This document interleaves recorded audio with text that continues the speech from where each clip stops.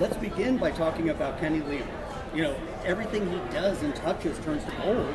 That first read through, did it all come back? Did you open that book? Not all of it. No.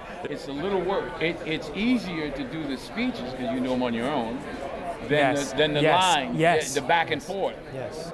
How's the process of taking it in and spitting it back out again? Is it rote memorization where you play it back in your ears, or you're with you all the time, or is it just like any other script you've ever taken?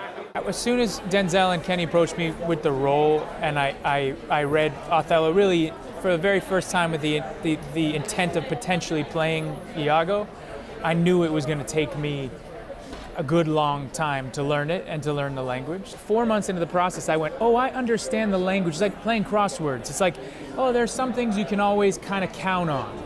And then you start to kind of put it together and you go, oh, okay, I can speak this language, not fluently, but I understand it. It takes a long time. So I spent 8 months really focusing on that. This is a very buzzy play, and therefore on the secondary markets, the tickets are going up, but I know that you'll have some students in there. They'll be there and we'll be talking to them, and you're right. How does it feel just doing this particular show, getting your take on it, getting your vision out there, and bringing these incredibly talented actors along for the ride?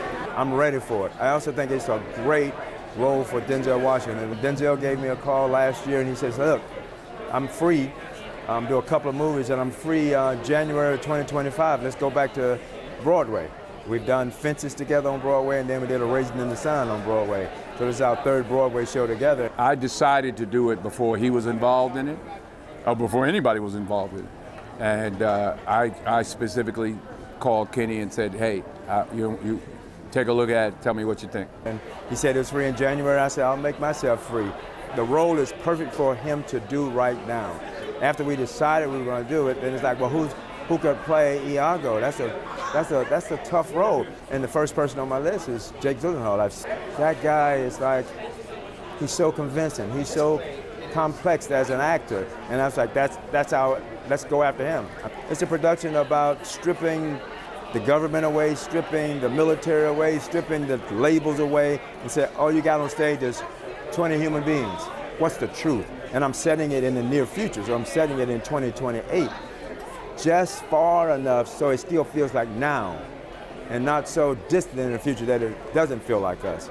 And I just needed actors who could approach the truth. What would Shakespeare's 1603 drama, tragedy, feel like, look like in 2028? There is no right or wrong way to do Shakespeare, I think, is what I'm learning from this production. Kenny is breaking boundaries with it and giving it a really fresh, modern lens, which is really, really exciting to not only work on Shakespeare, but kind of see the gaps in the piece where we can let our imagination run wild and create our own worlds for the play to exist in. I think this play invites us to consider the light and the dark in everybody. I think there are no heroes or villains in this piece. I think it's so interesting watching the motivations of each character, whether they are the right thing or the wrong thing. They're kind of all relatable. I think people will come and see it and really see themselves in it in a kind of horrifying way. So I think Kenny's kind of inviting us to consider the honest, raw truth about ourselves and about how humanity has all of those qualities. We all have good or bad in us. This is a really magical moment for Broadway. I think watching those two work, watching the whole company do their work is really, really special. And Denzel and Jake are really very, very generous in what they are bringing to the play and the wisdom that they're sharing with all of us. I feel like I'm being paid to take a masterclass in acting. So it's really special to be in the room with them and to see what's being created, and to be a part of that is really, really special. So I try to find the universal human in these specific characters and hoping that audience members can find their way into, oh, that's me. I think the greatest aspect of this production is that we're treating it like a new play. Like we're getting fresh pages each morning and just attacking it that way. So it's not coming with any assumption about what this play should be, which I think is a great way to start. You have to get in there and get messy and understand the ins and outs of everything. So it's going to get you're going to be thrown off your rocker, but you have to be so that all the puzzle pieces can come back together. It's really exciting. I think what surprised me the most is how real it is. Like, it's just very relatable. Like, we see what happens when jealousy overtakes us, because we've all been there, and we see how it can manifest through society. We see how it can manifest in your body and what it does to love, and we're trying to fight for love, and it becomes like super emotional. Like, it really is.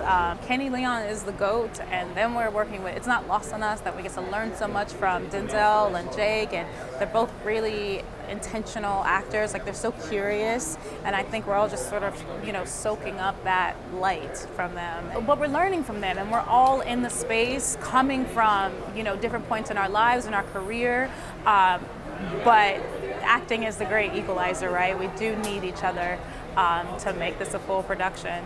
You'll put on an August Wilson play, an incredible new show. You don't stay in one lane, Brian. I don't think entertainment stays in one lane, and we have so many stories to be told. So it's really fun. It's fun to work on something new, and it's fun to revive something that hasn't been on Broadway in over 40 years. And what about Kenny? Yes. Is that always like, I have Kenny, my job is done? That having Kenny Leon as a director is a dream come true. Period. Hands down. It doesn't get much better than him across any entertainment medium. Kenny Leon is a storyteller he is a director for actors. We are here with a buzzy play that everyone wants to see. Yeah. That is pushing up prices on the secondary markets. How do you feel about when that happens?